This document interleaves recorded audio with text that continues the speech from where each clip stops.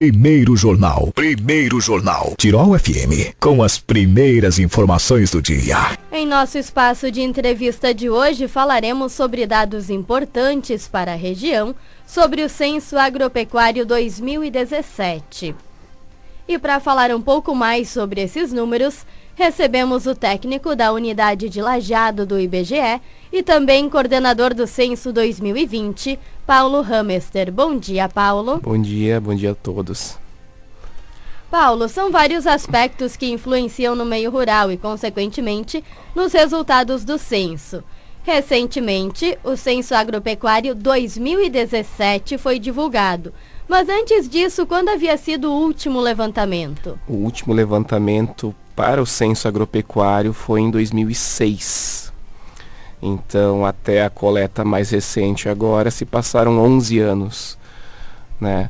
Tenta-se fazer no intervalo de 10 anos, normalmente no meio da década, então 2005, 2015, mas às vezes em função de questões orçamentárias a gente não consegue cumprir esse período ideal de coleta. Então o anterior havia sido em 2006 e agora 2017.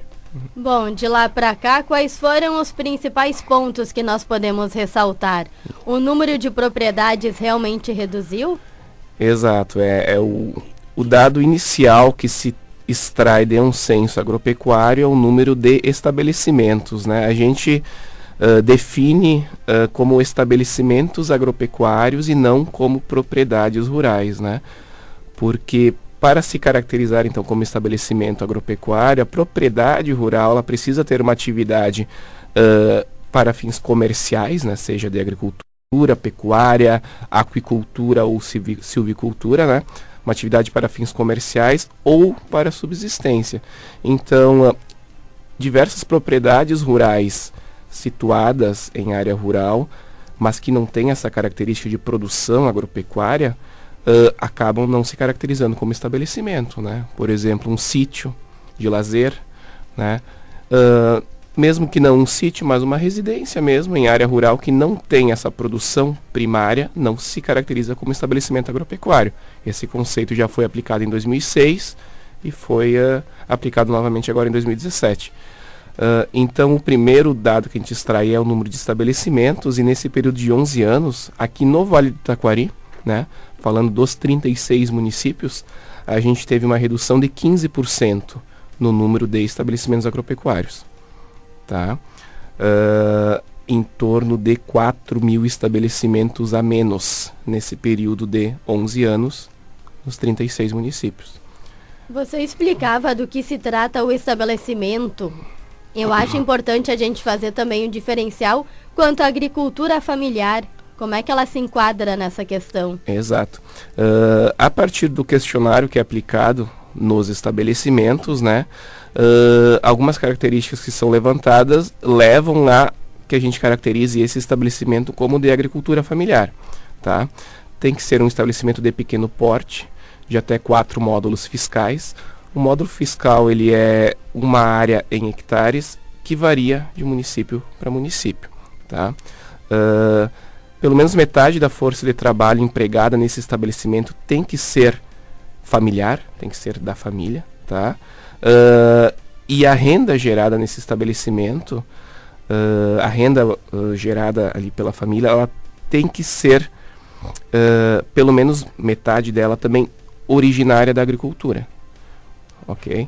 Então, isso caracteriza, né, tamanho, né, pequeno porte, metade da força de trabalho familiar e pelo menos metade da renda do domicílio oriunda da atividade agropecuária. Tá? Isso caracteriza o estabelecimento como de agricultura familiar. Ok? Quando a gente fala em estabelecimentos de agricultura familiar, a redução foi ainda maior. Se no número total de estabelecimentos eu tive uma redução de 15%, no número de estabelecimentos da agricultura familiar eu tive uma redução de 22%. Ou seja, a pequena propriedade acabou, né, perdendo mais espaço ainda, né, nesse período de 11 anos. São dados preocupantes, digamos assim, também para a gente, porque a gente sabe que Tem a questão do êxodo rural, os jovens resolvem sair do interior, vão estudar e acabam não voltando para o interior, né? Exato. E preocupante por um lado, né? Porque a partir do momento que a pequena propriedade está deixando de produzir, né? O pequeno estabelecimento não tem mais a produção primária,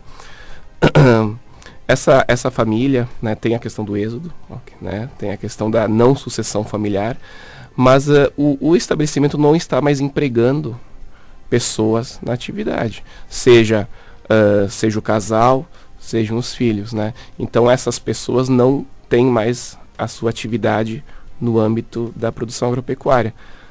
O jovem vai sair, vai forçar o mercado de trabalho em outra ponta. Né? A partir do momento que ele não está atuando ali na sua origem, né? No estabelecimento agropecuário, ele vai forçar o trabalho em outra ponta, aqui no comércio, na indústria, e o desemprego está aí. Né? Um outro dado gerado pelo IBGE, não no censo agropecuário, mas hoje gira em torno de 11,5% a 12% a nível nacional o índice de desemprego. Por esse lado, é preocupante a redução do número de estabelecimentos. Por outro lado, tá? Eu não tenho a redução na produção primária. Né? Eu reduzi o número de estabelecimentos no período, mas a produção primária se manteve ou até aumentou. Porque a demanda aumenta, a população aumenta, a demanda por alimentos também aumenta. Okay? Então, apesar da redução do número de estabelecimentos, tá? Eu não tenho uma redução na produção primária de leite, de frangos, de suínos, de grãos, de frutíferas, etc. Um outro dado que eu trago do censo, né, ainda dentro dessa nossa conversa aqui, enquanto eu perco 15% do número de estabelecimentos, 22%, né, no estabelecimento de agricultura familiar, a área total desses estabelecimentos praticamente se mantém nesse período de 11 anos e reduz apenas 1%. Eu perco 15% de estabelecimentos, mas a área total desses estabelecimentos reduz apenas 1%. Falando dos 36 municípios do Vale. Tá? O que isso gera? Um aumento da área média.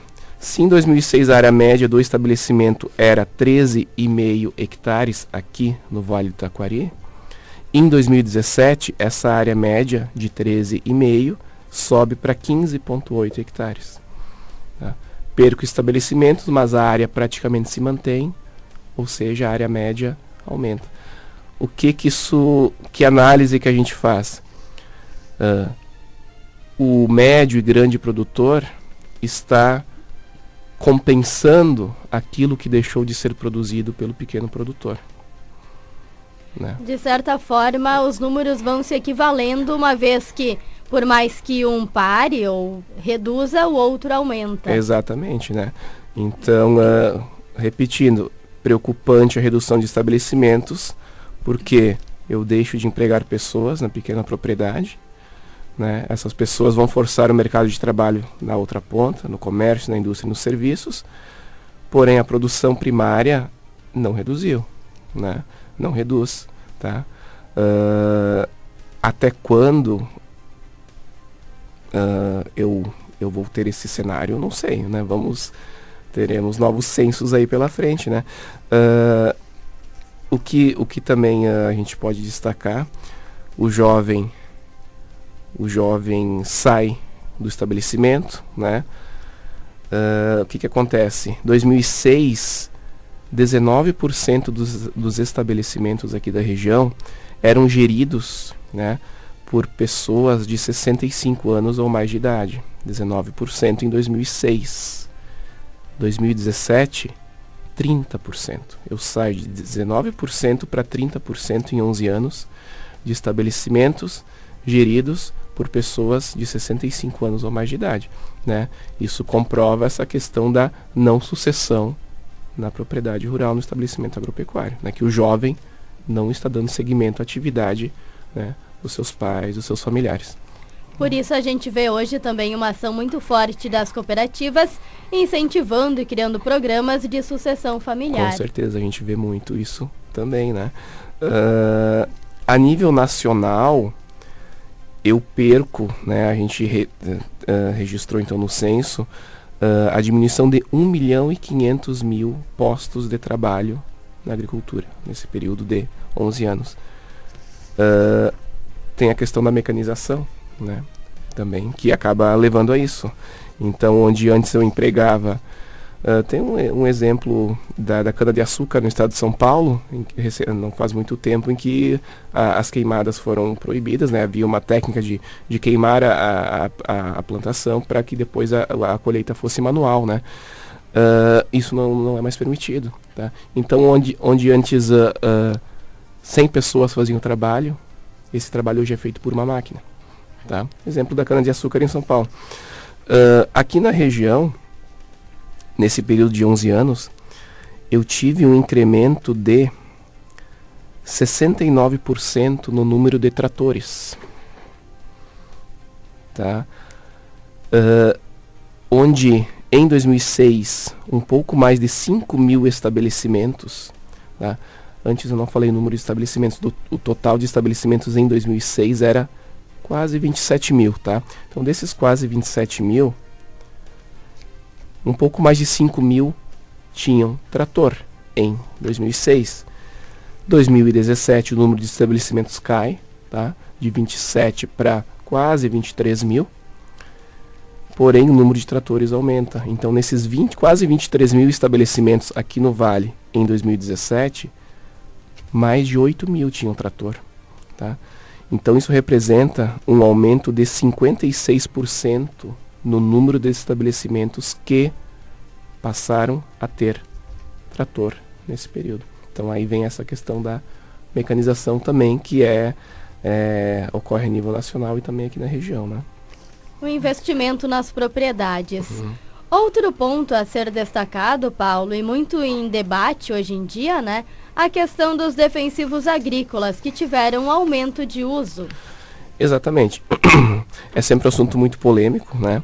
Mas a gente não quer polemizar mais ainda, a gente traz dados, informação, tá? Que foi levantada nesse censo agropecuário. Em 2006, 62% dos estabelecimentos da região utilizavam agrotóxicos defensivos agrícolas. 62%. Em 2017, a utilização, né, de agrotóxicos foi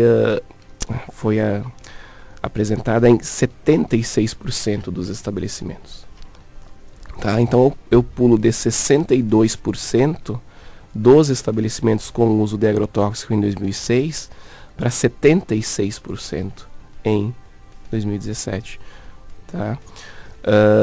Talvez, tá, uma análise então que a gente pode fazer, né, em função dessa mudança de panorama. Eu estou saindo de uma pequena propriedade, né, diminuição da agricultura familiar, eu estou entrando numa média e grande propriedade, tá, com uma produção em larga escala, né, em que talvez não acontecia numa pequena propriedade, e a gente sabe hoje que em larga escala há sim alternativas para a produção sem agrotóxicos, mas ainda não são, né, talvez não sejam economicamente viáveis. Então saio da pequena, passo para média e grande propriedade, onde talvez o uso de agrotóxicos se faça mais necessário para o padrão de produção que a gente tem hoje aqui no país e na região, né?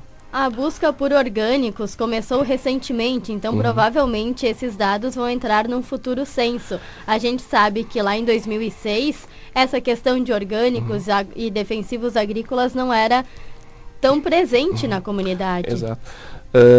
Havia sim quesitos no questionário. Para você ter uma ideia, o questionário do censo, em algumas propriedades, ele levou 1h30 para ser aplicado, né? Havia sim questões que levantavam a questão de produção orgânica, que hoje a gente ainda não tabulou aqui a nível regional, né? A gente destacou alguns pontos que foram também destacados a nível de país, né? A produção de orgânicos hoje eu não tenho esse dado a nível regional aqui, mas o que a gente traz é aquilo que chamou mais atenção, né? Porém, 1h30 o questionário, às vezes 2 horas, tá? A gente tem uma série de outras outros dados, outras tabulações a serem feitas. Então, nos próximos dias, próximas semanas, com certeza a gente vai gerar novas tabelas, vai trazer novos dados. Por exemplo, produção. Hoje eu não trouxe nenhuma informação sobre produção, né? Trouxe sim um destaque em relação ao leite, tá? Que é muito representativo aqui no município de Teutônia, aqui em Westfália, tá? A gente falava redução de estabelecimentos, porém a área não reduziu, a demanda por alimentos cresce. Então, nesse período de 11 anos, enquanto o número de estabelecimentos que produzem leite reduziu em 39%, é bem representativo, tá?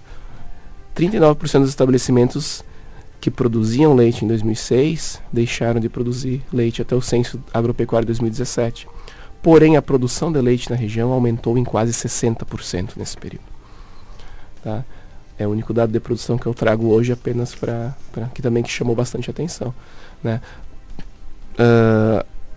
Temos, né, normativas, né, principalmente em relação ao leite, normativas que estão entrando, que estão sendo aplicadas. Isso talvez leve a essa redução, porém, isso vem aquilo que a gente falou no começo, né?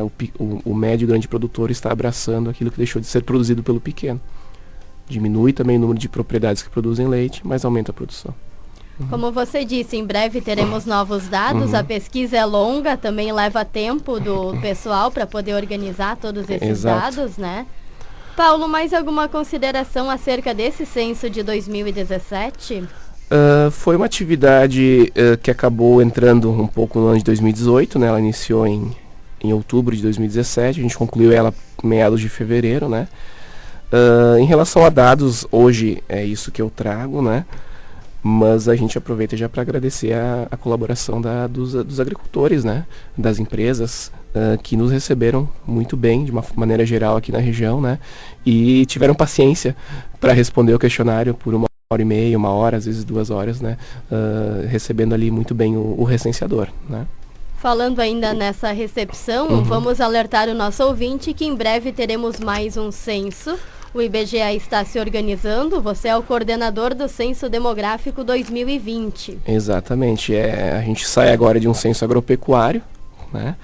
E que estamos divulgando os dados agora, né? E já estamos no planejamento do Censo Demográfico 2020.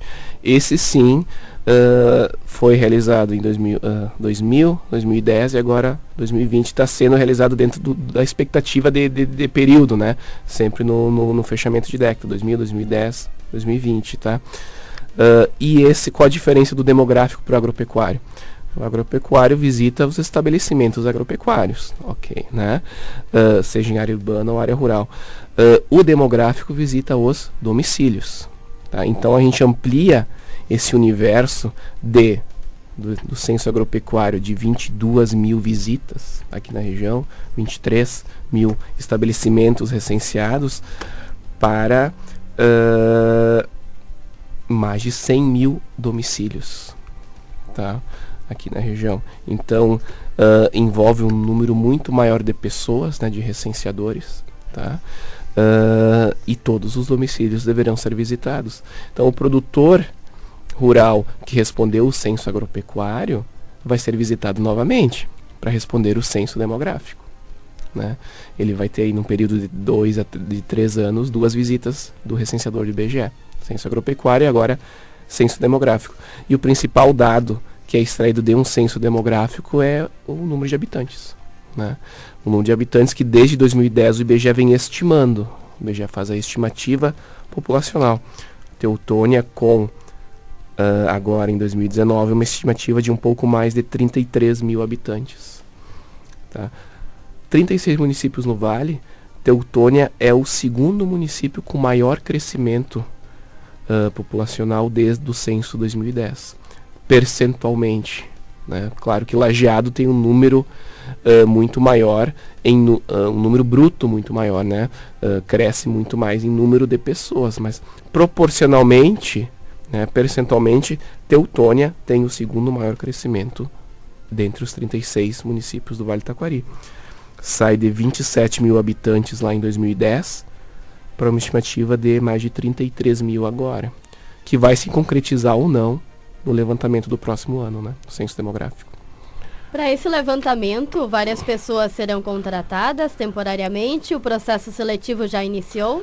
Isso, nós tivemos recentemente o primeiro processo seletivo com vagas para a região. Eram somente 4 vagas para os 4 polos de coordenação que a gente vai ter, que são Estrela, Lajeado, Arroio do Meio e Encantado. Tá? Esse processo seletivo já passou. Tá? Porém, em março está previsto a publicação dos editais para supervisores e recenseadores. Aí sim, eu terei mais de 300 vagas aqui na região. Tá? Aí a gente com certeza vai divulgar, né? A gente sempre busca pessoas, a gente precisa das pessoas, né, para que façam o censo, e mais de 300 vagas, né? Interessante que o recenseador, muitas vezes, ele pode... a população pode se candidatar à vaga de recenseador pensando numa renda extra, né? O recenseador não tem uma carga horária fixa, né? Ele tem uma carga horária flexível, ele faz o seu horário, ele vai ter uma meta de questionários a serem aplicados por semana. Essa meta pode ser cumprida à noite, em finais de semana, no turno inverso ao trabalho dele, né? Então, muitas vezes o recenseador, a pessoa se candidata e assume a função buscando uma renda extra. Supervisor não, supervisor tem a carga horária cheia, né, durante a semana, né? Mais de 300 vagas previstas, né? Edital previsto para março, então a partir de março a gente começa a divulgar essas 300 vagas, né? Então, a partir, digamos, meio ano de 2020, eles já começam a fazer as pesquisas nas residências. Exato, o censo está previsto para iniciar em 1º de agosto. Em agosto ele vai a campo. Vai coincidir aí com o período eleitoral, né? Campanha, eleições municipais, né? E aí a gente vai divulgar bastante para diferenciar bem as duas atividades. O IBGE não faz pesquisa eleitoral, né? O IBGE faz censo e outras pesquisas, né? Aqui em Teutônia, inclusive, nós temos a PNAD contínua, que é uma pesquisa por amostragem, né? Então, daqui a pouco o ouvinte está... se perguntando, mas semana passada eu recebi a visita de um pesquisador do IBGE na minha casa. Como assim? Se o agro foi em 2007, o demográfico vai ser em 2020. Né? Quem foi essa pessoa que veio em minha casa? Foi o pesquisador do IBGE.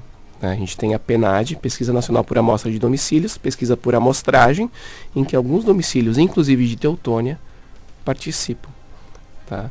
Então, até para destacar isso, né? Não gerar aí burburinho, não, mas peraí, é o IBGE mesmo que vem em minha casa, né? Agropecuário 2007 está encerrado, demográfico 2020 a partir de agosto. E nesse meio tempo a gente está fazendo a PNAD, pesquisa por amostragem, inclusive aqui em Teutônia. E todos os funcionários do IBGE são identificados e se apresentam nas casas com crachá, camiseta. Exato, crachá, camiseta, colete, o equipamento de coleta, né? Muitas vezes o próprio veículo também com adesivado, né? Sempre buscamos estar bem identificados, né? Para a população ter certeza que é o entrevistador do IBGE. A gente tem uma preocupação crescente em relação à segurança, né? E a gente percebe isso nas nossas pesquisas, né? Cada vez está mais difícil tu chegar no informante, né, no domicílio para aplicar um questionário. Né? Mas por isso a gente sempre busca estar bem identificado, né, e divulgar bem as nossas pesquisas. Então fica o alerta para o nosso ouvinte. Em breve você pode estar recebendo a visita do IBGE para fazer várias pesquisas, né? Paulo, infelizmente nosso tempo é curto, agradeço muito a tua vinda e em breve espero estar com você novamente aqui falando um pouquinho mais desse censo demográfico. Com certeza, agradecemos o convite, né? E estamos sempre à disposição. Muito obrigada, tenha um bom dia. Bom dia.